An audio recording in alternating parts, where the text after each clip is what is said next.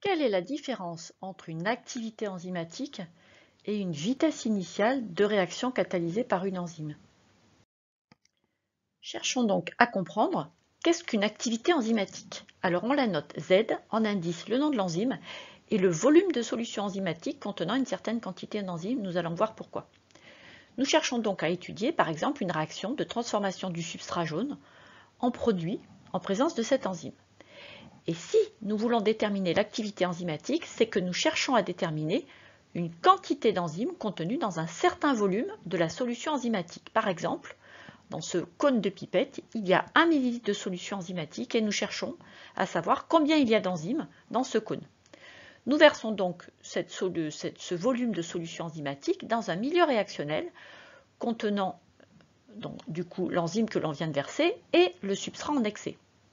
Et puis nous travaillons dans des conditions physico-chimiques stables, pH, température, force ionique. Nous allons donc déclencher un chrono et mesurer combien de substrats sont transformés en produits au bout d'1 minute. Voilà, donc par exemple, imaginons qu'on ait ces 7 molécules de substrat transformées en produits. Déterminer l'activité enzymatique consiste à calculer la quantité d'enzymes qui a permis d'obtenir cette vitesse mesurée, c'est-à-dire 7 micromoles de substrat obtenus en 1 minute. Alors, je peux dire que si j'ai 7 micromoles de substrat transformés en 1 minute, ça veut dire que j'ai versé une certaine quantité d'enzymes correspondant à une unité que j'appelle U. Donc 7 U d'enzymes ont permis de transformer 7 micromoles de substrat en 1 minute. Donc la vitesse initiale VI, ou XI, ici on note XI, on verra pourquoi, est égale à 7 micromoles par minute. Cette vitesse initiale permet de déduire une quantité d'enzymes versées, 7U. On voit que les valeurs numériques se correspondent, mais pas les unités. On ne peut pas dire qu'on a une quantité d'enzymes égale à 7 micromoles par minute dans le bécher. Mais parce qu'on a obtenu cette vitesse initiale, on peut en déduire que la quantité d'enzymes versées est égale à 7U. On va voir qu'on peut utiliser une autre unité pour les enzymes, le catal, c'est-à-dire que quand la vitesse est exprimée en mol par seconde, si Xi vaut 7 moles de substrat disparu ou de produit apparu par seconde, alors Z, la quantité d'enzymes contenue dans le volume d'enzymes versé, est égale à 7 catal et non plus 7U. Regardons un exemple d'expression de vitesse initiale à partir de cette réaction. L'alpha-amylase catalyse la réaction suivante. À partir d'un 5-CNPG3 plus 3 molécules d'eau, on obtient 3 molécules de CNP plus 3 maltotriose plus 2 CNPG2 plus 2 glucose.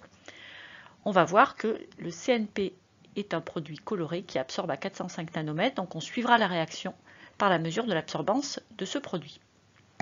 Pour exprimer la vitesse, eh bien, comme on l'apprend souvent dans les cours de chimie, la vitesse à n'importe quel point de la réaction peut s'exprimer par la quantité de produit apparu par unité de temps, donc une petite variation de concentration de CNPG3 par exemple par rapport à une petite variation de temps.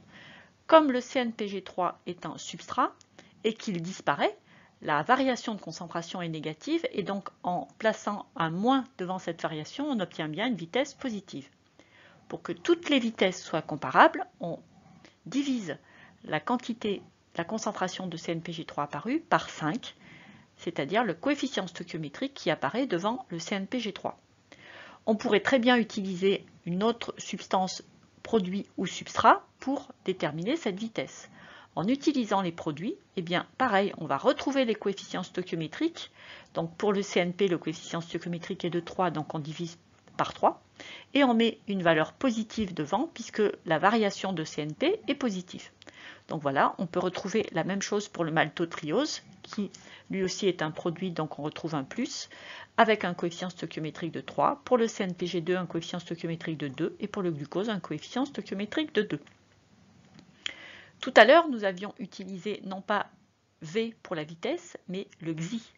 Et la différence entre le V et le XI, on va la voir apparaître maintenant, c'est que le XI est une variation de nombre de moles de CNPG3 apparu et non pas une variation de concentration. Donc partout on retrouve des deltas de N au lieu des deltas de C, mais le raisonnement est le même. On mettra des moins quand il s'agira des substrats et plus quand il s'agira des produits, et on utilisera aussi le coefficient stoichiométrique de manière à ce que toutes ces vitesses exprimées soient comparables. Essayons maintenant d'exprimer la vitesse en période initiale de réaction. Nous avons vu qu'à période initiale de réaction, l'apparition du produit est proportionnelle au temps, donc son absorbance est proportionnelle au temps. Si on mesurait la disparition du substrat, on observerait aussi une phase linéaire. Et donc, les points qui permettent de mesurer la variation de concentration par variation de temps peuvent être davantage écartés puisque la courbe est une droite. Donc ceci se retrouve dans l'équation. Au lieu d'avoir un petit d parce qu'on est obligé de prendre des points très resserrés quand on n'est pas dans cette période, maintenant on peut écrire ça à l'aide d'un grand delta pour montrer que les points utilisés peuvent être davantage écartés. Donc ça correspondra à un intervalle de temps aussi beaucoup plus grand, d'où le delta de t au lieu de petit d de t. On retrouvera bien sûr, tout le reste est inchangé, et on retrouve le petit i en indice qui montre qu'on est bien en période initiale, la phase 2 de la courbe. On retrouve ce petit i en indice du V.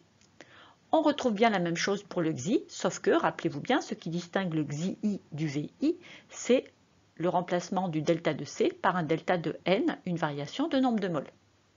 Regardons maintenant les unités. Vi, puisque c'est un delta de C sur delta de T, s'exprime donc en une unité de concentration divisée par unité de volume, ce qui représente des micromoles par exemple par minute et par millilitre de milieu réactionnel.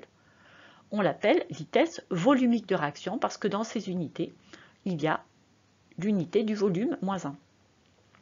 Le xi s'appelle vitesse de transformation de la réaction. Et rappelez-vous, ces unités sont des unités de mol, par exemple micromol, par des unités de temps, donc par exemple minute moins 1. Passons maintenant au quiz. Expliquez le terme activité enzymatique. Que cherche-t-on vraiment à mesurer quand on veut mesurer une activité enzymatique? Et avec quelle unité? Deuxièmement, qu'est-ce qu'une vitesse initiale de réaction? Quelles sont les deux formes possibles pour exprimer la vitesse initiale de réaction? Donnez aussi des unités. Pourquoi doit-on calculer une vitesse initiale pour déterminer une activité enzymatique? Quelles sont les conditions de mesure d'une activité enzymatique? Voici les réponses. Mesurer une activité enzymatique consiste à déterminer la quantité d'enzymes actives contenues dans un volume de solution enzymatique. Et donc, pour déterminer une activité enzymatique, on doit d'abord calculer une vitesse et à cette vitesse correspondra une quantité d'enzymes. L'unité d'activité enzymatique s'exprime soit en U.